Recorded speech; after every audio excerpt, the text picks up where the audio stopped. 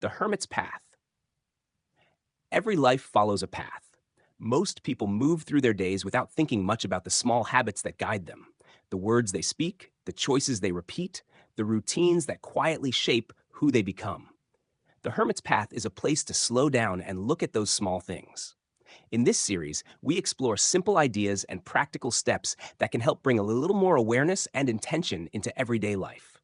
Nothing complicated, just thoughtful ways to live a little more deliberately, one small step at a time.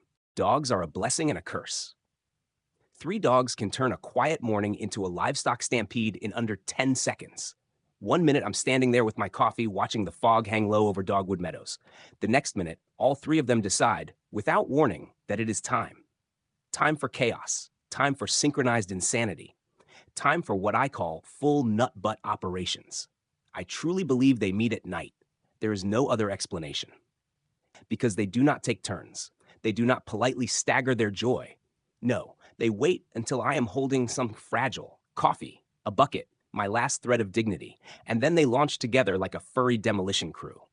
Dogs are a blessing and a curse. The curse is obvious. Mud, noise, sudden impact, the kind of enthusiasm that could knock over a small tree. But the blessing? The blessing is harder to explain unless you've lived with them. Dogs don't lose their minds alone. They do it together. It's pack joy.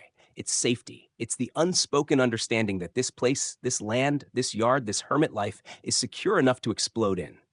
When all 3 take off at once, they aren't rebelling. They're celebrating. Now cats are different. Cats don't explode in joy. They dismantle things strategically. A dog looks at you like you hung the moon. A cat looks at you like you're late on rent. Dogs say, let's live this moment loudly. Cats say, I will tolerate you. And yet, even the cat, curse and all, is part of the quiet rhythm of the place. Here's what I've learned out here. The curse part of dogs is simply the cost of deep loyalty. They track in mud because they followed you outside. They bark because they think they're protecting you. They lose their minds because they feel safe enough to do it. 3 dogs going nut-butt crazy at once is inconvenient. But it's also proof of something sacred. It means the pack is whole. It means they feel secure. It means they trust the land and the man standing in it. So yes, dogs are a blessing and a curse. And maybe that's how most good things in life are. They knock you over. They disrupt your quiet. They demand your patience. And then they sit beside you in the evening like nothing ever happened. If that's a curse, I'll take it. Walking the hermit's path doesn't require dramatic change. Most of the time, it begins with something small.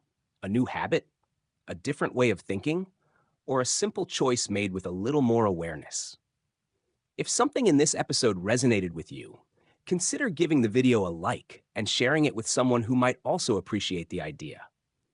And if you'd like to continue exploring simple ways to live more intentionally, be sure to subscribe and join me again along the hermit's path.